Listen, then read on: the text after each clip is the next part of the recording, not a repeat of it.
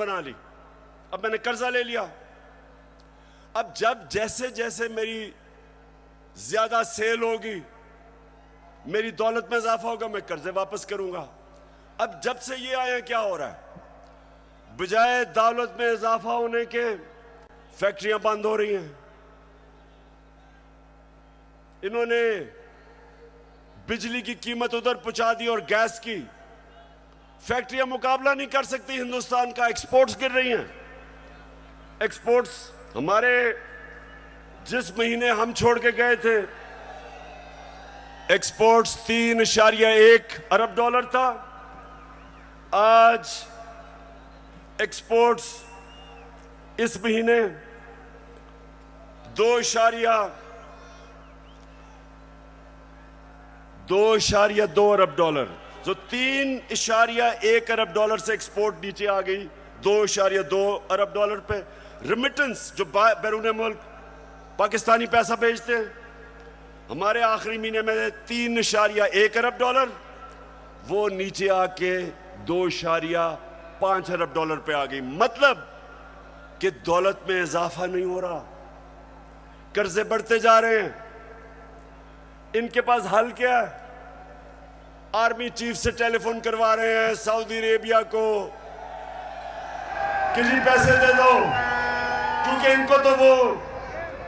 इनको तो सारे समझते हैं कि चोर है ये, इनको तो पैसे कोई नहीं देता। तो आर्मी चीफ अमेरिका को कभी टेलीफोन कर रहा है, कभी यूएई को कर रहा है, कभी सऊदी को कि जी पैसे दे दो। तो इससे क्या होगा? वो तो कर्जे देंगे, कर्जे बढ़ते जा रहे हैं, कर्जे वापस कैसे कर रहे हैं? दौलत में तो इजाफा नहीं हो रहा। और इसलिए मेरे पाकिस्तानियों, इसलिए मैं इनको कहता हूं कि एक ही तरीका है इस मुल्क को इस दलदल में जो घुसा रहे हैं निकालने का, और वो है साफ और शफाफ इलेक्शन। एक ही रास्ता है। लेकिन ये सारे खौफजदा, इन्होंने जब हुकूमत गिराई, नौजवानों सुनो, हुकूमत जब गिरवाई, इनका ख्याल था पार्टी का जनाजा निकल गया। उसके बाद जब पब्लिक सड़कों पे आ गई, इन्होंने 25 मई को हमारे ऊपर जुल्म किया दहशत फैलाने के लिए। उसके बाद 17 जुलाई को बाय इलेक्शन हुआ पंजाब का, हमजा कुकड़ी फारग हो गया, हम जीत गए। सितम के कोहे गरा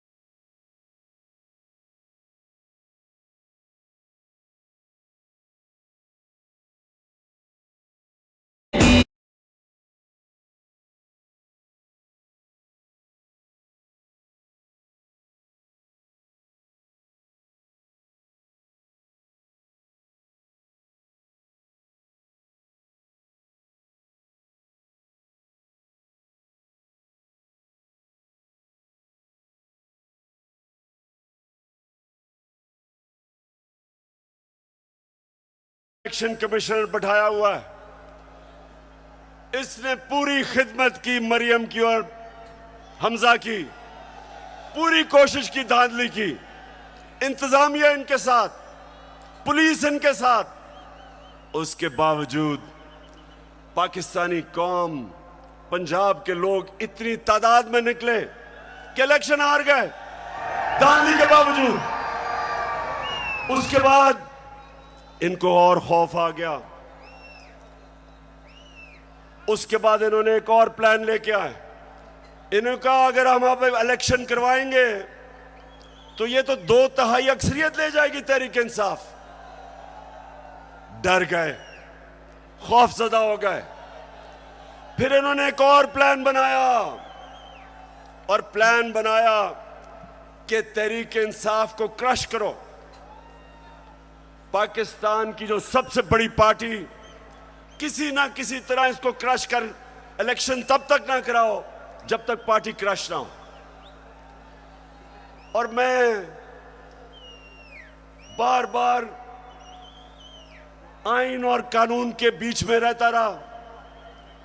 25 मई को जो इन्होंने जुल्म किया, उसके बावजूद अगर मैं उस दिन डी चौक में, अगर मैं उस दिन वहां से अपना धरना खत्म ना करता, मुझे पता था कि शाम को खून होना है।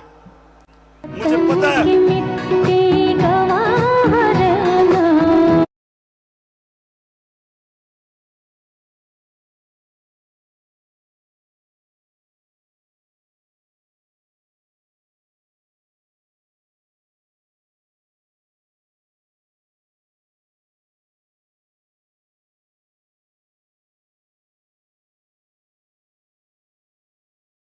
वापस इसलिए 25 मई को मैंने धरना इसलिए खत्म किया कि मैं नहीं चाहता था कि यहां तोड़ फोड़ हो, मैं नहीं चाहता था मुल्क में इंतशार हो, मैं नहीं चाहता था कि मेरे मुल्क को नुकसान हो।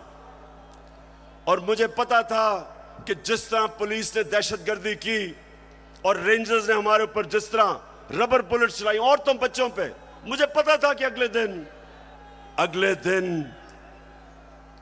दिन इंतशार होना था।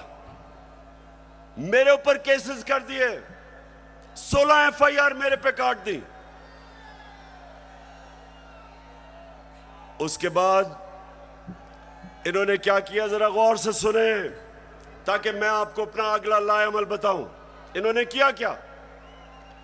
इन्होंने उसके बाद फैसला किया कि तहरीक इंसाफ को दबाया जाए। हमारे वर्कर्स के ऊपर FIRs, धमकियां।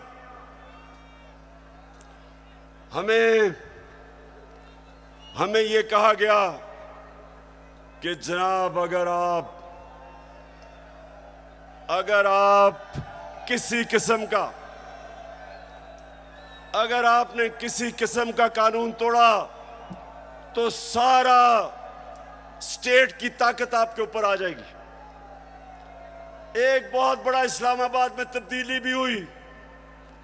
एक मिस्टर एक्स उधर लाहौर में और एक मिस्टर वाई को इस्लामाबाद लाया गया हमें सीधा करने के लिए। देखें, मैं अब आता हूं जिस चीज के ऊपर मुझे सबसे ज्यादा तकलीफ है। इन्होंने शहबाज गिल को पकड़ा, अगवा किया, उसको पकड़ के अंदर ले गए, नंगा करके उसको मारा।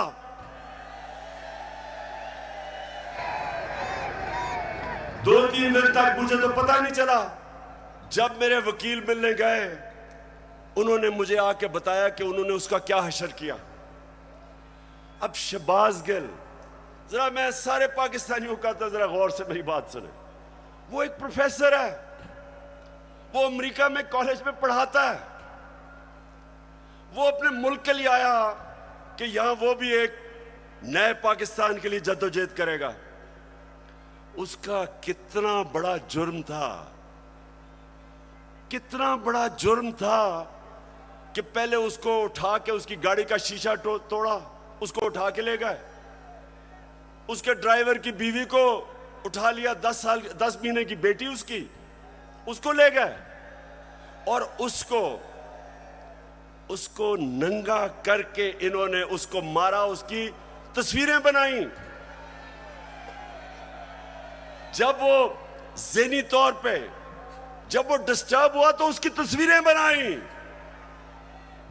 मैं, वो लोग जिन्होंने ये किया, मैं उन सारों को आज उनसे मुखातिब हूं कि आप सोचें कि आपसे ये होगा, कभी हुआ तो आपके और आपकी फैमिली के ऊपर क्या गुजरेगी। सोचें, एक इंसान की आप डिग्निटी खत्म कर रहे हैं। उसको, जानवर भी इस तरह की हरकतें नहीं करते। अल्लाह कुरान में कहता है कि मैंने इंसान को वो सलाहियत दी है कि फरिश्तों से भी ऊपर बना दिया, लेकिन साथ वो ये भी कहता है कि जब इंसान गिरता है वो जानवरों से भी नीचे चला जाता है। ये जो इन्होंने किया है, ये जानवरों से भी नीचे चले गए हैं। खुदा के का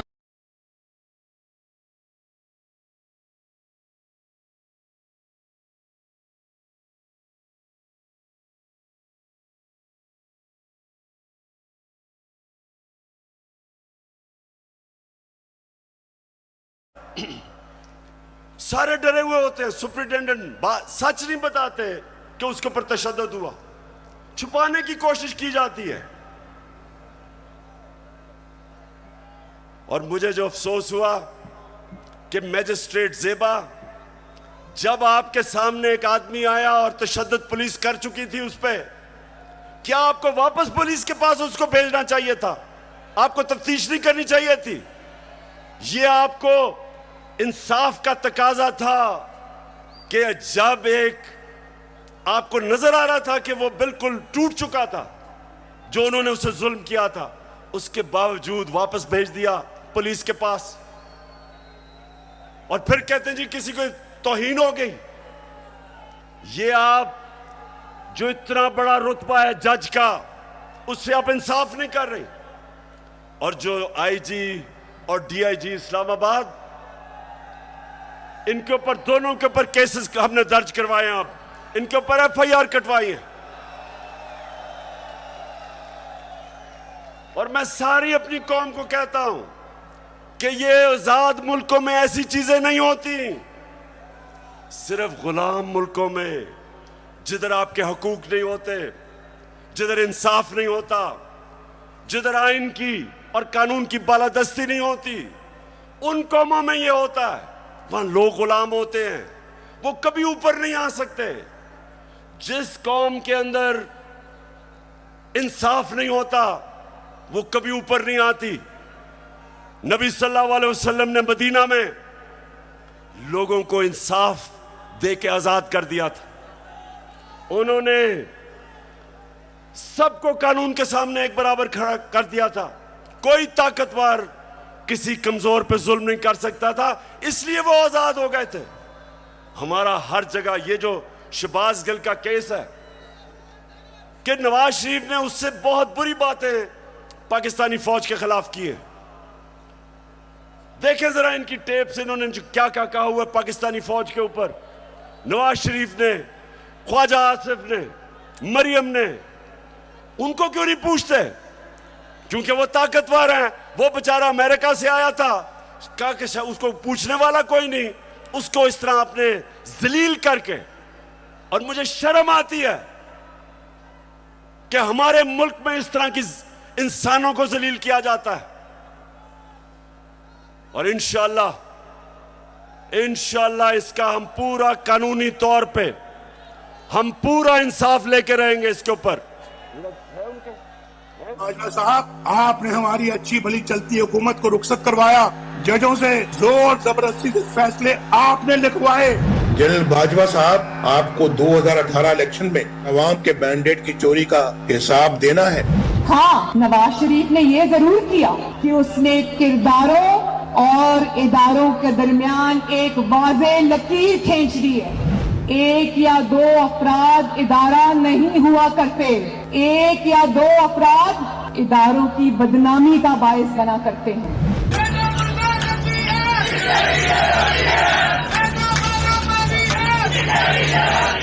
तुम हमें सियासत बतलाते हो, अपने हुदूद में रहो। इसराइल की नौकरी न किया करो। इसराइल के वजीफों पर पलने वाले जर्नलों, अपने हुदूद में रहो। बड़े बड़े रैंकों वालों से भी अपने आप को मुहतरम समझता हूँ, तो सीधे हो जाओ। और अगर बिगड़ोगे तो फिर अगर हम बिगड़ गए तो अफगानिस्तान में अमेरिका का क्या हश्र हुआ, खुदा की कसम यहाँ तुम्हारा वही हश्र होगा। और अभिनंदन की क्या बात करते हैं। मुझे याद है चीफ ऑफ आर्मी स्टाफ तशरीफ लाए, पैर कांप रहे थे, पसीने माथे पे थे। दफा के लिए ये पूरी इंप्यूनिटी के साथ अपना सीना चौड़ा करके डिफेंस बजट को क्लेम कर रहे हैं और मांग रहे हैं कौम से। कौम की हड्डियों से गोश्त तक जो है इन्होंने निचोड़ लिया है और उतार लिया। क्यों बेटी, आप जज बने और आप फैसला करें कि ये हमारी फौज को क्या ये नुकसान पहुंचा रहे हैं, या ये डैमेज करते थे, या वो जो शहबाज गिल ने कहा वो आपको पता भी नहीं चलेगा उसने क्या कहा इसके मुकाबले में। बहरहाल अगर उसने कुछ कहा तो उसके पास अदालत में जाए, कानून बने हुए हैं। लेकिन नंगा करके किसी के ऊपर तशद्दुद करना, ये किसी भी इंसानी माशरे में नहीं होता। ये सिर्फ जानवरों के माशरे में, बल्कि वो भी मैं कहूंगा कि ऐसे नहीं होता। अच्छा, अब जो इनकी गेम है, इनकी गेम ये है कि ये शहबाज गिल को मिसाल बनाई जाए। ARY जो कि हमारा मौकफ, तहरीक इंसाफ का मौकफ पेश करता था, जो पाकिस्तान की नंबर 1 चैनल बन चुकी थी, उसको सिर्फ इसलिए बंद किया गया कि जनाब किसी तरह तहरीक इंसाफ का मौकफ ना पेश किया जाए। पैमरा को इस्तेमाल, अब पैमरा भी आ गया। पैमरा कहता है कि जनाब इमरान खान की लाइव तकरीर नहीं हो सकती। क्या जुर्म किया इमरान खान ने? जुर्म ये किया है, सिर्फ जुर्म एक है कि वो कभी चोरों के टोले को तस्लीम नहीं करेगा। ये जुर्म है उसका।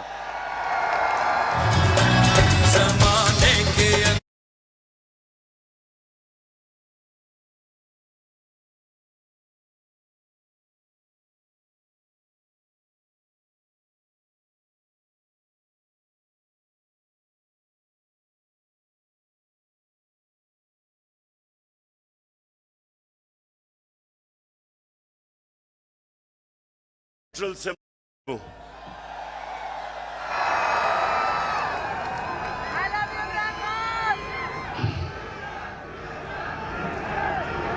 मैं सबसे पहले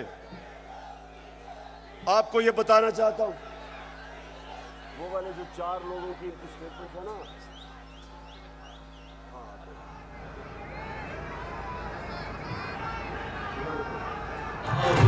ऐसे एक मिनट अभी नहीं, अब जरा सुने गौर से, क्योंकि मैं अपने न्यूट्रल से मुखातिब हूं।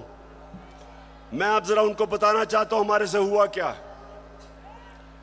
जब 25 मई को हमारे ऊपर पुलिस ने तशद्दुद किया, तो पुलिस के अंदर से मुझे बताया गया, पुलिस के अंदर से मुझे बताया गया कि जनाब ये पीछे से हमें हुक्म था, यानी कि न्यूट्रल्स का प्रेशर था कि इनको फेंटा लगाओ। जरा सुनते जाए, मैं इस मुल्क के अंदर मेरा जीना मरना है, मैं कोई बाहर नहीं भागूंगा, मेरी कोई बाहर जगह नहीं है, मेरा जीना मरना यहां है। और शायद बाकियों से ज्यादा मुझे इस मुल्क की फिक्र है। तो मुझे ये कहा गया कि ना जनाब हमारे पीछे से प्रेशर है। फिर ये जो चीफ इलेक्शन कमीशन हर फैसला हमारे खिलाफ दे रहा है, पूरा ये जो मुझे डिस्क्वालीफाई करने की कोशिश है, अंदर से पैगाम आता है कि जी मैं तो वो तो कुछ नहीं कर रहा, पीछे से प्रेशर है बूट का। फिर सुनते जाएं, हमें ये जो ऑपोजिशन है, ये जरा मैं चाहता हूं सुने कि बदनाम कौन कर रहा है हमारी फौज को। ये अभी ये जो पुलिस वाला जो हुआ शहबाज गिल से, हमने पुलिस से पूछा तुमने तशद्दुद, हमें तो पता ही नहीं जी, पीछे से हुआ है कुछ, वो भी आपकी तरफ कह रहे हैं। तो जो भी हो रहा है आज पाकिस्तान में, जो गलत काम होता है आपका नाम लग जाता है। अब जरा ये सुने कि ये जो आपके इस वक्त खैर ख्वाह बैठे हुए गवर्नमेंट में, ये क्या कहते हैं। जिनकी वजह से होता है, जिनकी मदद से होता है, हम उनकी मदद नहीं लेना चाहते, और हम चाहते हैं कि अगली हुकूमत का फैसला पाकिस्तान की आवाम करे। तहरीक अदम एतमाद सौदे के बगैर मुमकिन नहीं होती। यहाँ पर अदम एतमाद का जो निज़ाम है एस्टेब्लिश बगैर मुमकिन नहीं है। कोई डील करके इक़्तिदार नहीं चाहते। पाकिस्तान में तहरीक अदम एतमाद उस सूरत में अमूमन कामयाब होती है जी, जब इस्टेब्लिशमेंट आपकी पुष्ट पे हो। इस्टेब्लिशमेंट करती है, वो डील का नतीजा हो है। जब भी अदम एतमाद से होते हैं तो यकीनन डील करती है। इस्टेब्लिशमेंट के बगैर अदम एतमाद की तहरीक को कामयाब नहीं किया जा सकता, क्योंकि इस्टेब्लिशमेंट भी एक तीसरी कुव्वत के तौर पे या चौथी कुव्वत के तौर पे पार्लियामेंट में यानी मुकन्नम खुद जो है मौजूद है।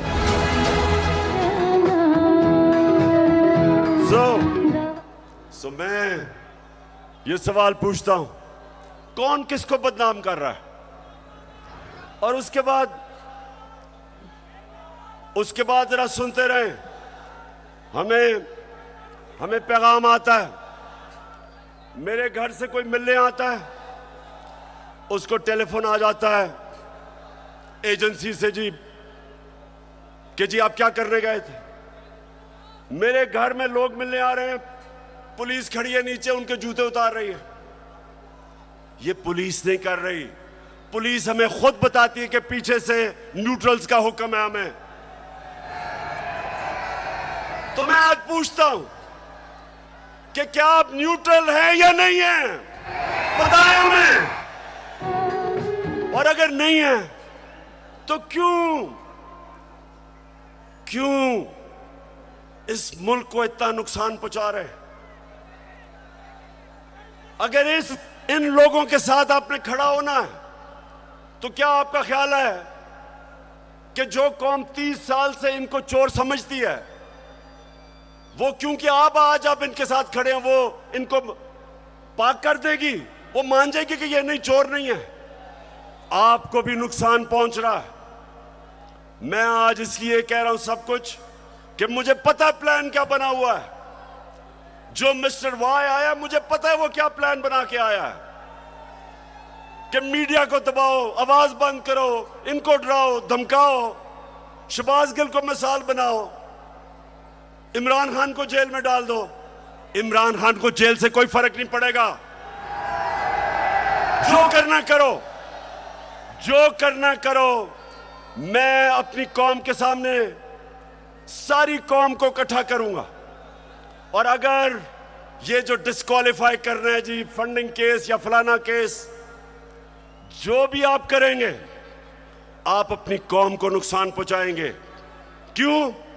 क्योंकि सबसे बड़ी पाकिस्तान में इस वक्त नेशनल लेवल पे फेडरल पार्टी तहरीक एक ही है, तहरीक इंसाफ। सारे पाकिस्तान में है, सारे सूबों में है। ये मुल्क को इकट्ठा रख सकती है। कभी फौज अकेला मुल्क को इकट्ठा नहीं रख सकती, नहीं तो ईस्ट पाकिस्तान को इकट्ठा रख सकते। पॉलिटिकल पार्टी जो सारे मुल्क में इंसानों को इकट्ठा करती है, वो मुल्क को मजबूत रखती है। उस पार्टी को कमजोर करने का मतलब पाकिस्तान को कमजोर करना है। और अगर आप इसी पार्टी को दीवार से लगा देंगे, जो आप इस वक्त प्लान बना हुआ है, मैं आपको यकीन दिला रहा हूं कि यहां श्रीलंका वाला हाल होने वाला है। अभी तो हम आइन और कानून के बीच में चल रहे हैं, लेकिन जब एक पॉलिटिकल पार्टी हट जाएगी रास्ते से, तो जो हालात है पाकिस्तान में, कौन रोकेगा पब्लिक को? 22 करोड़ लोग हैं। श्रीलंका तो 2 करोड़ से थोड़ी सी ज्यादा उनकी पूरी आवाम है। यहां तो 22 करोड़ पाकिस्तानी है। जो हालात हैं, अगर इसमें आप पॉलिटिकल पार्टी को खत्म करके इन चोरों को ऊपर मुसल्लत करेंगे, नुकसान तो मुल्क है। और मैं इसलिए आखिर में कहता हूं कि इस मुल्क के पास सिर्फ एक रास्ता है, और वो रास्ता है साफ और शफाफ इलेक्शंस का। ये जो बाकी तरीके इख्तियार किए जा रहे हैं, एक वो सेटअप, एक जिनके पास पब्लिक में निकल नहीं सकते, जलसा वो नहीं कर सकते, उन लोगों को अगर, और 30 साल से जो चोरी कर रहे हैं, अगर आप समझते हैं कि ये कौम उनको एक्सेप्ट कर जाएगी, कौम भी नहीं एक्सेप्ट करेगी, कोई भी इन्हें एक्सेप्ट नहीं करेगा, ना बाहर इनकी क्रेडिबिलिटी, ना पाकिस्तान में। और आगे हमारे मुल्क के हालात बिगड़ते जाएंगे। ये कर्जे लेके और समझना कि जी मुल्क चलना शुरू हो गया है, क्योंकि कई मुल्कों ने कर्जे दिए हैं। ये कैंसर का इलाज डिस्प्रिन से हो रहा है। कर्जे बढ़ते जा रहे हैं, कर्जे का बोझ बढ़ता जा रहा है। ये इस तरह मुल्क नहीं चलेगा। जब तक पॉलिटिकल स्टेबिलिटी नहीं आएगी, माशी हालात ठीक नहीं होंगे। तो मैं आखिर में अपनी तकरीर खत्म करने से पहले बलूचिस्तान के लोग, सिंध के लोग और राजनपुर और डेरा गाजी खान जिधर सैलाब आए हुए हैं, उधर के लोगों के लिए एक तो हम दुआ भी करते हैं, और मैं सारी गवर्नमेंट्स को, पंजाब की गवर्नमेंट को कह रहा हूं कि पूरी तरह मदद करें हमारे इलाकों में। केपी की गवर्नमेंट को कहूंगा कि जो भी हम कर सकें बलूचिस्तान में करें, और जो भी हालात हैं मैं चाहूंगा कि जो हमारे लोग बड़े खुल के ऐसे मौके पे मोबिलाइज होते हैं, इन लोगों की मदद करें, क्योंकि लोग इस वक्त सैलाब की वजह से बहुत मुश्किल में। और आखिर में मैं ये भी मुबारक देना चाहता हूं सबको कि अभी जो कराची में बाय इलेक्शन है, तहरीक इंसाफ जीत गई है। पाकिस्तान जिंदाबाद।